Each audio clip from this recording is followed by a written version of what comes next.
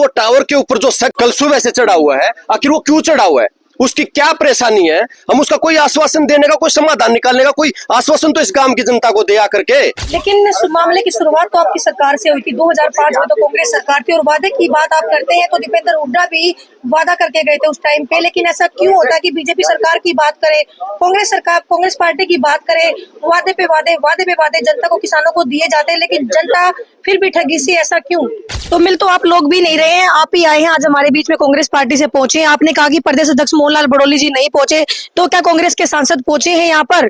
क्या कांग्रेस का कोई और जो पूर्व विधायक रहे हैं सुरेंद्र पवार जी वो पहुंचे हैं? क्या जो जिला अध्यक्ष हैं कमल दीवान जी क्या वो पहुंचे? पहुंचे तो आप ही हैं सर। यही सब कुछ यही होगा। मैं माननीय मुख्यमंत्री नायब सिंह सैनी साहब से पूछना चाहता हूँ, किस प्रकार का काला कानून आप लोग सरकार इन किसानों के ऊपर लागू करना चाह रहे हैं, जमींदारों के ऊपर लागू करना चाह रहे हैं?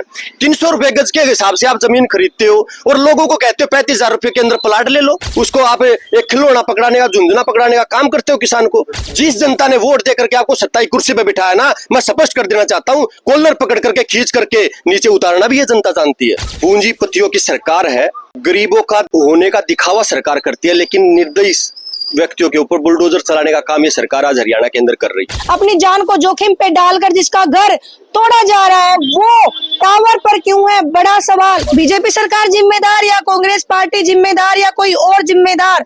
जनता को वादे ही वादे, लुभावने वादे। जिन किसानों ने मुआवजा नहीं उठाया उनकी जमीन भी नहीं छोड़ी है।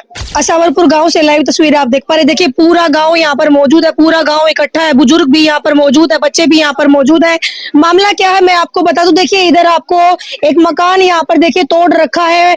2005 में हुड्डा डिपार्टमेंट ने एक जमीन को अधिग्रहण करने का आदेश जो है दिया था। किसानों की जमीन अगर आप यहाँ से देखेंगे वहां तक किसानों के घर बने हुए, 150 के लगभग यहाँ पर घर बने हुए। लेकिन कल अचानक से प्रशासन यहाँ पर पहुंचा और जो स्टेट ऑफिसर है वो भी यहाँ पर पहुंचे और घर को तोड़ने का कार्य यहाँ पर शुरू कर दिया गया। लेकिन अपने घर को बचाने के लिए जिसका मकान था वो बंदा लगभग 962 फुट ऊंचे टावर पर चढ़ गया और कल से भूखा प्यासा वही टावर पर बैठा। वो तस्वीरें भी मैं आपको दिखाऊंगी। देखिए कल से यहाँ पर लोग मौजूद है, लगातार भूखे प्यासे यहाँ पर बैठे हुए हैं और इनकी एक ही मांग है कि हमारे घर को ना तोड़ा जाए। देखिए यहाँ पर और पार्टी से भी जो है आप पहुंचे हुए, उनसे भी बातचीत करते हैं और जानते हैं पूरा मामला क्या है। सर क्या नाम है आपका? मैं प्रधान राजपाल सेवली, धरना प्रधान। देखिए जब कांग्रेस सरकार 2005 में आई तो 17 नवंबर 2005 को अधिग्रहण प्रक्रिया शुरू की गई थी। जब ही से यहाँ पर किसान संघर्षरत हैं, धरना प्रदर्शन कर रहे हैं, लेकिन आज तक किसानों की कोई भी डिमांड सरकार ने पूरी नहीं की। 2014 में बीजेपी आई, बीजेपी ने भी ये वायदे किए थे कि हमारी सरकार आएगी तो आपकी डिमांडें पूरी की जाएंगी, लेकिन आज तक बीजेपी सरकार ने भी कोई भी किसानों की बात नहीं सुनी। और उस प्रक्रिया के तहत हमारा 17 नवंबर 2005 से 2017 तक 11 साल 100 दिन धरना चला। फिर नए कानून के तहत कुछ किसानों की जमीनें जिन्होंने मुआवजे नहीं उठाए थे वो जमीनें छूट गई तो धरना उठ गया था। लेकिन इस बीच के दौरान किसान धरना चलाते रहे। सरकार ने 2012 के अंदर एक पॉलिसी बनाई गई, उसके अंदर भी सौतेला व्यवहार सरकार ने किसानों के साथ किया। उसमें क्लियर लिखा हुआ था कि यहाँ पर किसान जिस दिन से सेक्शन 4 लगा है उसी दिन से किसान संघर्षरत हैं और काम में बाधा आई हुई है, जैसा कि भट्टा पारसोल नंदीग्राम में हुआ।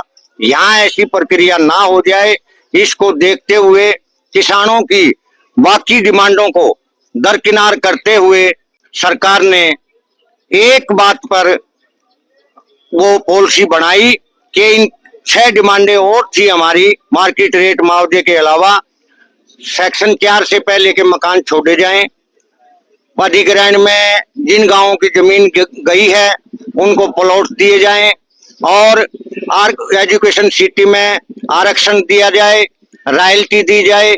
ये सभी डिमांड बाकी की दरकिनार करके उस पॉलिसी में भी आईपीएस अफसरों ने किसानों के साथ सौतेला व्यवहार किया।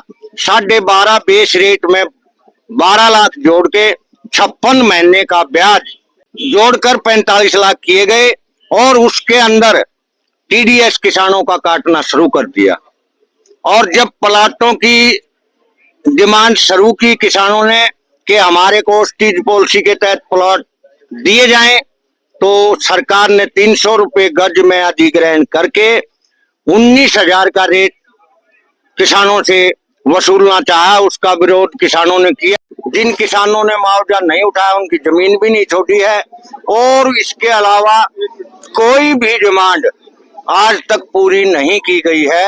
एक पॉलिसी 2017 में बीजेपी सरकार ने बनाई थी कि भाई जो जिन लोगों ने आज तक मुआवजा नहीं उठाया है उस पॉलिसी के तहत उनकी जमीनें छोड़ दी जाएंगी, लेकिन 22 एकड़ बड़ खालसा की जमीन छोड़कर आज तक बाकी किसान दर दर भटक रहे हैं। कोई भी डिमांड पूरी नहीं की है सरकार ने। कल की प्रक्रिया जो सरकार ने, प्रशासन ने यहाँ पर की है, इन लोगों के मकान ढाने के लिए पीला पंजा लाकर मकानों को ढाना शुरू किया था। उसके बावजूद किसान विरोध करते रहे, प्रशासन नहीं रुका। उसके बावजूद किसान अपना टावर पर जाकर 600, 700, 800, 900 फुट जाकर ऊपर बैठा हुआ है। और कल से प्रशासन वापसी तो चला गया, लेकिन प्रशासन ने अब तक आकर किसानों से ये नहीं पूछा है, मकान मालिकों से ये नहीं पूछा है कि तुम्हारी मांगे क्या हैं। लेकिन हम सरकार को और सीएम साहब को भी आपके यूट्यूब चैनल के माध्यम से बताना चाहेंगे कि भाई इन किसानों की बात सुनी जाए। अगर सरकार नहीं सुनेगी किसानों की मांगे, यहाँ पर धरना भी चलेगा। अब ये 5 गांव आए हैं, फिर 10 गांव आएंगे, फिर 20 गांव आएंगे। जब तक हमारी मांगे पूरी नहीं होंगी तो हम सरकार से ये गुहार लगाते हैं, यहाँ धरना प्रदर्शन चलेगा। और अप्रिय घटना अगर घट गई तो सरकार जिम्मेवार होगी। मेरा नाम अशोक सरोवा है और मैं जननायक जनता पार्टी का जिला अध्यक्ष सोनीपत हूँ। देखिए, इस गांव का और आसपास के गांव का बड़ा दुर्भाग्य है कि ये शुरुआत हमारे कांग्रेस सरकार में ये शुरुआत हुई थी। जब चौधरी भूपेंद्र सिंह हुड्डा जी मुख्यमंत्री होते थे, उन्होंने गलत तरीके से जो है ना जमीन एक्वायर करी थी। इस जमीन पर आज तक भी जो है ना कोई डेवलपमेंट नहीं हो पाई है। सिर्फ 4 एजुकेशन सिटी के अंदर 4 ऐसे यूनिवर्सिटी आई है और हजारों एकड़ जो है ना जमीन एक्वायर कर रखी है, लेकिन इस जमीन के ऊपर आज तक भी कोई डेवलपमेंट नहीं हुई है। इसलिए मैं सरकार से निवेदन करता हूं, जिस जमीन पर डेवलपमेंट नहीं हुई है उस सरकार को वापस किसानों को दी जाए। और ये मैं भी ये चेतावनी भी देना चाहता हूं, मैं अपनी तरफ से और अपनी पार्टी की तरफ से, अगर जो 24 घंटे में इस मसले पर सरकार ने संज्ञान नहीं लिया और इस जो किसान इस टावर पर चढ़ा हुआ है इसकी रक्षा नहीं की गई, तो हमारी जननायक जनता पार्टी अगले 24 घंटे में जो ना रोड पर उतरकर किसान के हक में जो ना प्रदर्शन करेगी और किसानों के कंधे से कंधा मिलाकर जो ना साथ में सरकार के खिलाफ जो ना आंदोलन चलाएगी। हाँ जी, जय गरांतिल जी। आप भी पहले राई विधानसभा की बात करें, प्रत्याशी रहे हैं कांग्रेस पार्टी की तरफ से, तो आज ये जो गांव वालों के साथ ये जो घर तोड़े जा रहे हैं, लोगों के घर से बेघर करने की जो कोशिश की जा रही है, 2005 में ये जो अखबार करने का आदेश जो है जारी किया गया था, क्या कहेंगे आप? देखो, जो ये किसानों के ये सभी छत्तीस बिरादरी के जो मकान तोड़े जा रहे हैं, ये सरकार का गलत निर्णय है। ऐसा सरकार को नहीं करना चाहिए। अब इन जो मकान तोड़ने की जो कोशिश की जा रही है, इससे पहले किसान ये कृष्णा गहलोत मैडम इलेक्शन में मंदिर में पूरा गांव इकट्ठा हो रहा था, वहां पे वादा करके गई थी अगर हमारी सरकार आती है अब तो मैं इन मकानों का समाधान कराऊंगी और ये मकान कभी नहीं टूटेंगे। इनके बदले में जमीन के बदले जमीन दी जाएगी और जो मकान है इनका मुआवजा दिया जाएगा, मैं इनका समाधान करवाऊंगी।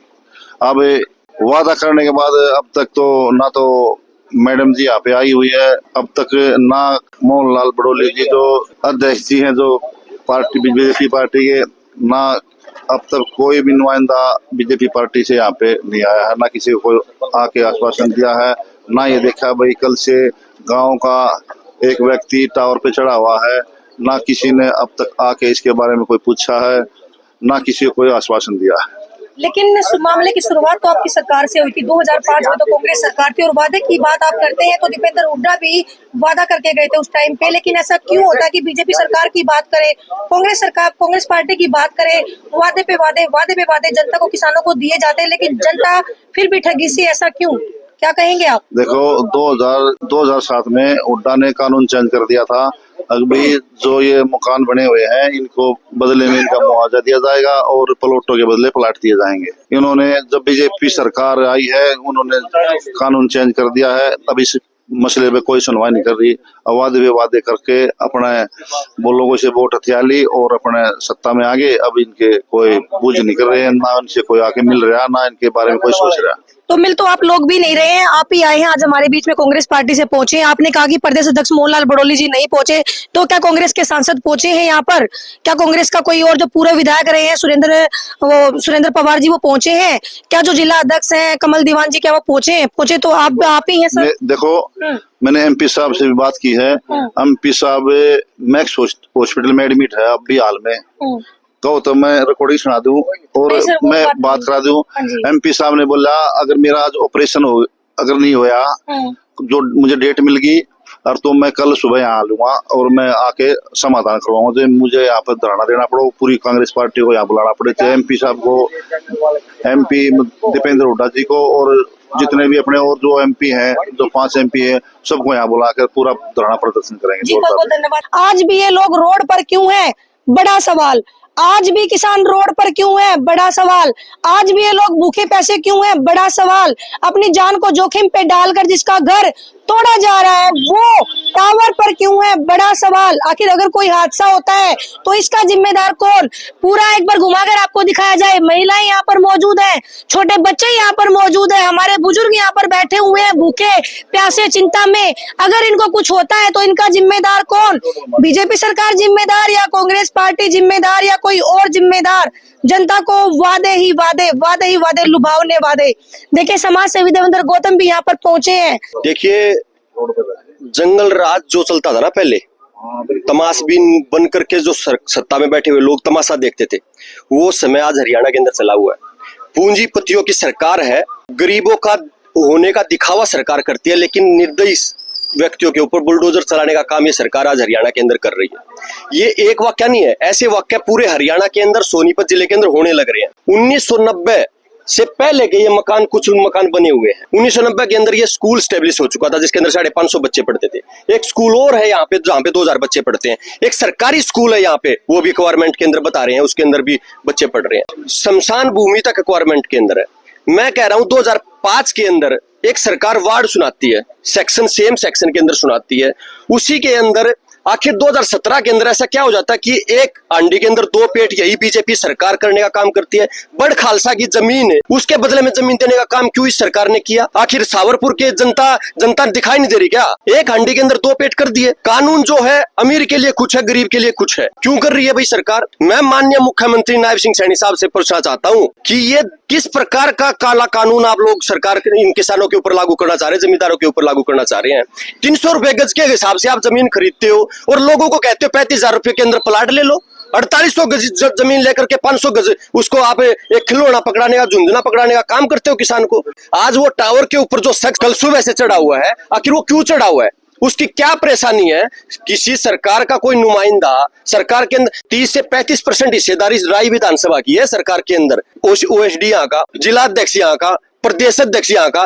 प्रदेश अध्यक्ष तो पूरा मुखिया हो जाता है प्रदेश का, और वो राय विधानसभा से है। और अभी तक कोई उसने बड़ा अधिकारी भी, जो मैडम डीसी मैडम भी यहाँ नहीं भेजी है। क्या आपको दिक्कत क्या है? हम उसका कोई आश्वासन देने का, कोई समाधान निकालने का कोई आश्वासन तो इस गांव की जनता को दिया करके। ये गांव की जनता ने ही वोट दे करके इनको सत्ता के अंदर पहुंचाया हुआ है। मैं उन विधायिका जो किसानोों की मसीहा बन करके पहले भी वोट ली और अभी भी ले रखी है और आज राय विधानसभा से विधायिका है, मैं उनसे पूछना चाहता हूं, जब इस मंदिर के प्रांगण के अंदर घुस करके सभी बीजेपी के विधायकों ने कसमें वायदे किए थे मंदिर के सामने भगवान को साक्षी मान करके कि ये जमीन कहीं नहीं जाने देंगे, आखिर नवरात्रों के दिन चले हुए, नवरात्रों के अंदर पीला पंजा यहाँ पे भेजा जा रहा है। ये सवाल को किससे पूछेगी जनता?